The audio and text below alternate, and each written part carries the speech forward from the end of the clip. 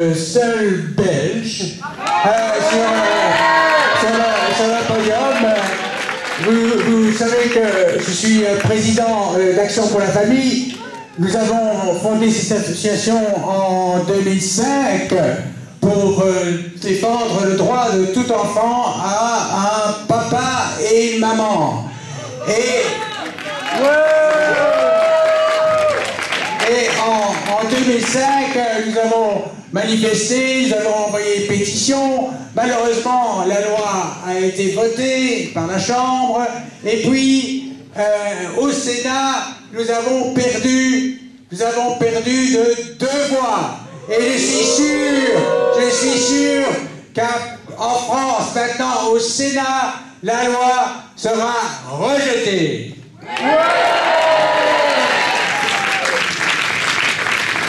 Alors, quelle est la situation maintenant en Belgique?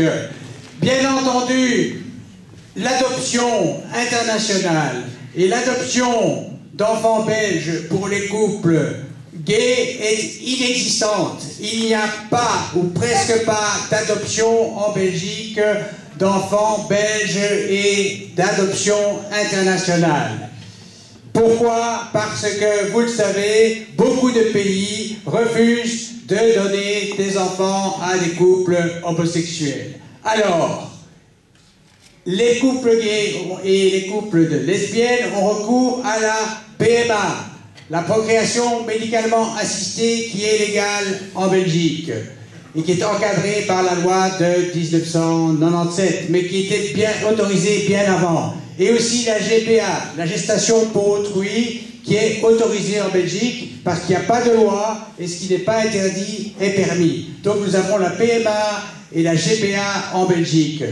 En France, si la loi passe, si le mariage pour tous passe et voté par la Chambre et le Sénat, même sans la PMA et sans la GPA, il est clair que tôt ou tard, et même très rapidement à mon avis, la PMA et la GPA seront autorisées en France. Parce que ce serait une discrimination, disent-ils, inacceptable, que, étant donné que l'adoption internationale est inaccessible aux couples homosexuels, les couples homosexuels ne puissent pas adopter des enfants. Donc, en France, il y aura sûrement, si la loi est votée, la PMA et la GPA. Et ça, il faut l'empêcher.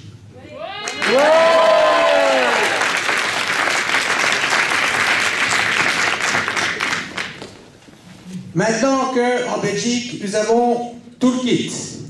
Nous avons la PMA, la GPA, le mariage pour tous. Que se passe-t-il? Eh bien, en 96, juste après le vote de la loi, Marie Arena, la ministre socialiste de l'enseignement de la communauté de langue française de l'époque, a fait envoyer dans toutes les écoles primaires, secondaires, un guide pédagogique pour lutter contre l'homophobie, ce qui est très bien, et pour une école ouverte à la diversité. Dans ce guide, je répète, pour les écoles primaires aussi, il s'agit pour tous les professeurs de toutes les matières de présenter des exemples inspirés des unions homosexuelles. Par exemple, en mathématiques, au cours de mathématiques, 2 ensembles, un ensemble de garçons, un ensemble de filles. On prend la relation, la théorie des ensembles, la relation X aime Y. Alors, exemple, Jean aime Jeanne, mais aussi Jacques aime Jules, Alice aime Julie. Et donc, présenter aux enfants dès l'école primaire les unions homosexuelles, les familles homosexuelles comme étant normales, équivalentes, ayant de même valeur que les autres, que les unions hétérosexuelles, et donc brouiller ainsi les repères fondamentaux anthropologiques et la distinction entre l'homme et la femme. Voilà la situation en Belgique. Voilà ce qui vous attend en France. Si cette loi passe dans les écoles, aux enfants, on enseignera que les familles homosexuelles, c'est la même chose que les familles hétérosexuelles. Et ça, c'est la théorie du gender. La théorie du gender qui dit qu'un homme et une femme ne sont pas différents, et que ontologiquement, ça c'est un mot philosophique, trop compliqué, mais ils ne sont pas différents par nature, c'est une différence purement culturelle. C'est une négation même de réalité humaine fondamentale. Donc il s'agit d'un bouleversement fondamental de notre société. C'est pour ça que ce combat est capital. Si la France tombe, tous les pays européens suivront. Il faut absolument gagner cette bataille. Nos enfants sont en danger. Ils sont en danger parce qu'on brouille des repères fondamentaux. Nos enfants sont en danger parce que des distinctions fondamentales, cruciales de notre société sont mises en péril. Il faut absolument réagir. Action pour la famille, dont je suis le président, soutient évidemment avec force et totalement le combat de la manif pour tous. Il faut aller tous à Paris.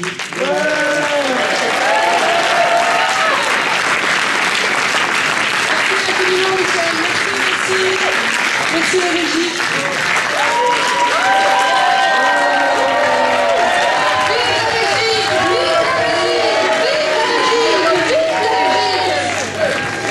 Nous aimons la Belgique. Voilà. Maintenant, Maria Ellingson, secrétaire générale de la FAFC, Fédération européenne des AFC, va nous donner son point de vue.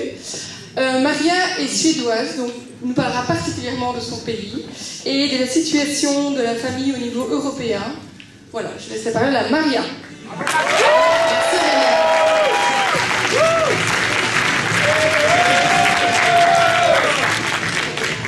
Bonsoir à vous tous et à vous toutes, puisqu'on a encore le droit de le dire et faire la distinction. Eh bien, comme Amélie l'a dit, je suis née en Suède en 1978. J'ai vécu jusqu'en 97, où je suis venue en France, où j'ai passé 13 ans avant de venir à Bruxelles. Donc je veux d'abord vous partager mon expérience suédoise et ensuite vous parler de ce que je fais dans mon travail quotidien au niveau européen. En Suède, on introduit le mariage, ainsi que l'adoption, ainsi que l'accès à l'assistance médicale à la procréation pour les personnes de même sexe en 2009. La Suède aujourd'hui, c'est un pays sans repère par rapport à cette différenciation sexuelle qui est fondamentale pour l'humanité. C'est un pays qui est vraiment marqué par une culture liquide. Les enfants, ils sont conditionnés dès l'école maternelle. Je pense que beaucoup d'entre vous ont déjà entendu parler de ces écoles maternelles en Suède. On applique la théorie du gender. On apprend aux garçons de jouer les jeux, traditionnellement plutôt les jeux de filles, et vice-versa. Mais cela va encore plus loin, et c'est vraiment grave. Il y a un travail qui est fait au niveau du langage. Dans les écoles, et les écoles maternelles pour commencer, qui emploient cette pédagogie du gender, on a remplacé le pronom « il » ou « elle » par un troisième pronom, qui est la fusion de ces deux, qui est complètement neutre. Et le plus grave, je vous dirais, c'est que l'Académie de Suède, cette académie même qui décerne chaque année le prix Nobel de littérature, a introduit ce nouveau pronom dans son dictionnaire qui est la référence de la langue suédoise en 2011. Vous vous rendez compte que le prix Nobel pourrait peut-être un jour aussi être conditionné par cela. La Suède est un pays où l'État est très présent. L'État-providence prend soin de tout. Et ainsi, les parents sont souvent remplacés dans leur rôle d'éducateurs. C'est d'ailleurs la Suède qui est un des pays qui promet le plus les droits de l'enfant. Mais il s'agit là d'une notion du droit des enfants où les parents sont absents. Où l'enfant est un individu, ce qui est bien vrai, mais un individu qui serait un individu avec des droits sans prendre en compte la responsabilité parentale qui est nécessaire pour l'épanouissement, le développement de tout enfant. Donc, on lutte dès l'âge scolaire contre tous les stéréotypes féminin-masculin. Et cela est inscrit dans le programme scolaire. À l'instar de la Belgique, nous avons un certain nombre de, disons, supports pédagogiques qui vont dans ce sens. Entre autres, le nouveau matériel pour l'éducation sexuelle, et je dis bien sexuelle, non pas affective et sexuelle, où l'on présente, dans un film animé, différentes situations sexuelles. Une femme seule, un homme seul, Un homme et une femme ensemble, 2 hommes ensemble, 2 femmes ensemble, 3 personnes ensemble, et ainsi de suite. Cela est animé. Je peux vous assurer, j'ai regardé ce film. Ce n'était pas forcément pour me faire plaisir, mais pour mon travail. Eh bien, si ce film avait été joué avec des vraies personnes, ça serait classifié comme pornographie. Et c'est ça qu'on propose aux enfants de 14 ans, sans prévenir les parents au préalable. Les parents ne savent pas ce qui se passe à l'école. Et la meilleure nouvelle pour vous, c'est qu'on a récemment traduit tout ce matériel. En français. Pas encore en français, mais en anglais, en espagnol. Je suis sûre que le français suivra bientôt. Tout cela, pourquoi? Parce que la Suède, elle aime beaucoup exporter ses idées. La Suède est un pays que je qualifierais du royaume du politiquement correct. Et elle est persuadée que ces idées sont bonnes et doivent être partagées avec les autres. Donc, on exporte cela à travers, notamment, la politique étrangère de la Suède, où le ministère d'aide au développement a commandité en 2010 un manuel qui fait 50 pages, qui s'adresse à tout le personnel du ministère des Affaires étrangères et explique comment, dans le dialogue bilatéral, où la Suède est un des pays qui proportionnellement donne le plus d'aide au développement dans le monde, on peut introduire à la fois l'agenda des droits LGBT, à la fois l'agenda de ce que l'on appelle les droits donc sexuels et reproductifs, la santé reproductive et sexuelle, ce qui est un terme utilisé notamment par le planning familial. Petite parenthèse, la Suède fait partie des pays qui ont participé à fonder le planning familial international dans les années 1950, et cette structure promeut, aux côtés de l'association internationale lesbienne et gay, un agenda qui, on pourrait, je pense, qualifier d'assez extrême. Et donc, dans la vie courante en Suède, encore quelques anecdotes, nous sommes actuellement dans une phase de certification LGBT. Ah oui, nous avons des maisons de retraite, c'est très important. Vous allez chez le dentiste, vous savez que le dentiste a été certifié LGBT. Sincèrement, je ne vois pas tout à fait ce que ça a à voir avec un appareil dentaire, enfin, ainsi de suite. De même, l'Église luthérienne suédoise a initié des offices queer, toute une pensée autour de la Bible avec cette perspective. Et le Gay Pride de Stockholm, donc la marche des fiertés en français, est un événement incontournable dans la société suédoise. L'organisme officiel qui ne participe pas au Gay Pride est rayé des médias, mal considéré, etc. Alors, la Suède, comme je disais, elle aime exporter ses idées. Un des moyens pour le faire, c'est donc cette politique d'aide au développement, mais la Suède est aussi un État membre de l'Union européenne et également un État membre du Conseil de l'Europe. Dans ces deux enceintes, pour commencer avec l'Union européenne, donc c'est mon milieu de travail quotidien, il y a entre autres des ONG qui sont financées par la Commission européenne. Alors, commencez par ILGA, l'Association internationale lesbienne et gay, qui reçoit environ 1 million d'euros de la Commission européenne par an pour son travail. Nous avons également le Lobby européen des femmes, qui par ailleurs a soutenu, par rapport au projet de loi Taubira, l'idée qu'il fallait permettre aux femmes qui le désirent d'avoir une insémination pour les couples lesbiennes. Il y a également le planning familial international dont j'ai déjà parlé. Ces 3 organisations reçoivent donc des subventions assez importantes.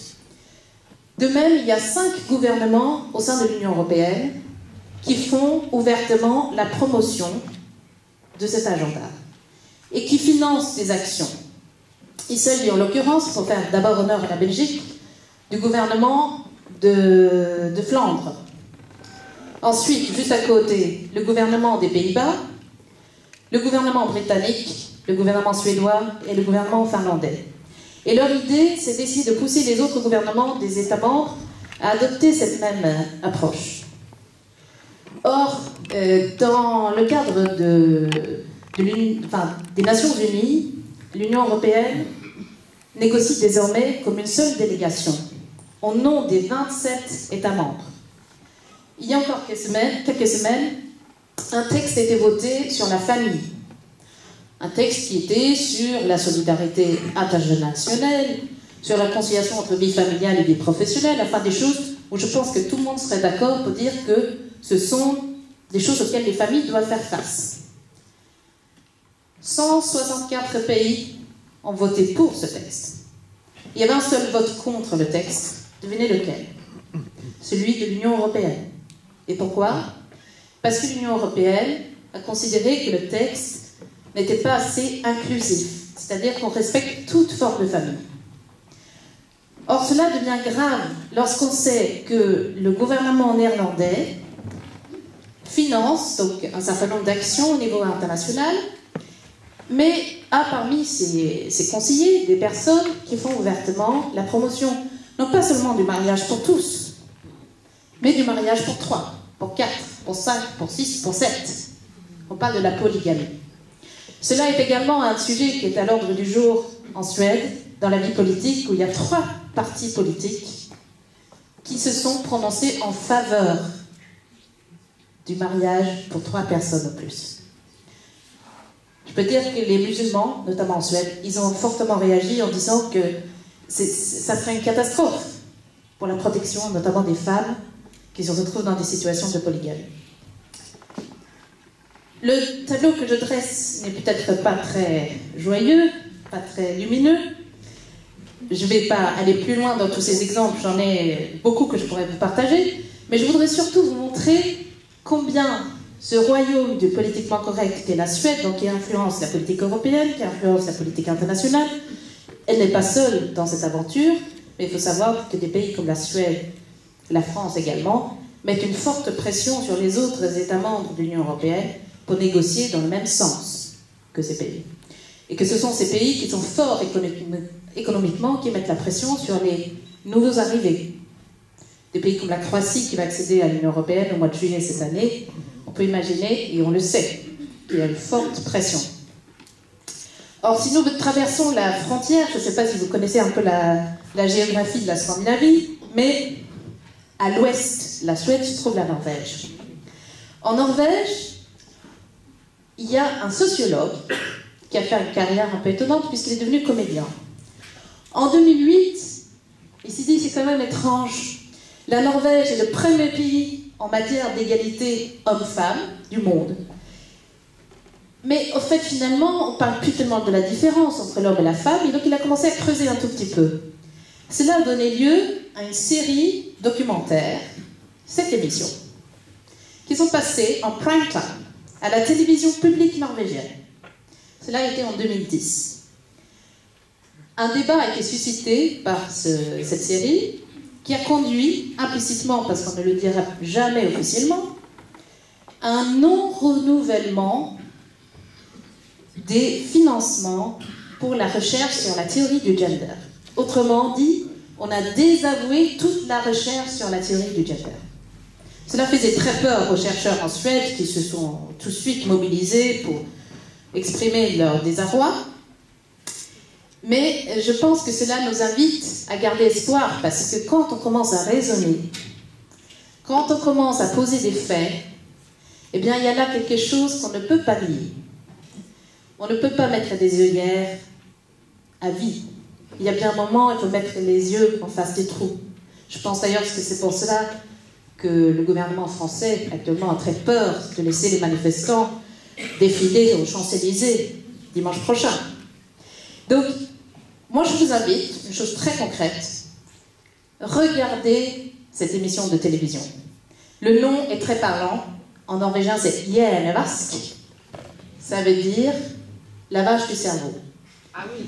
Alors, je vous invite à poser un acte concret. Regardez d'abord sur Internet, c'est gratuit, ça ne vous coûte rien à part votre temps. Et ensuite, écrivez aux chaînes de télévision. Le travail est déjà fait. Il suffit qu'il y ait suffisamment de demandes pour que ça passe à la télé. Et quelque chose qui passe à la télévision, on sait tous que ça sera regardé par plus qu'un 1,3 million. Bien plus que cela. Merci. Bravo.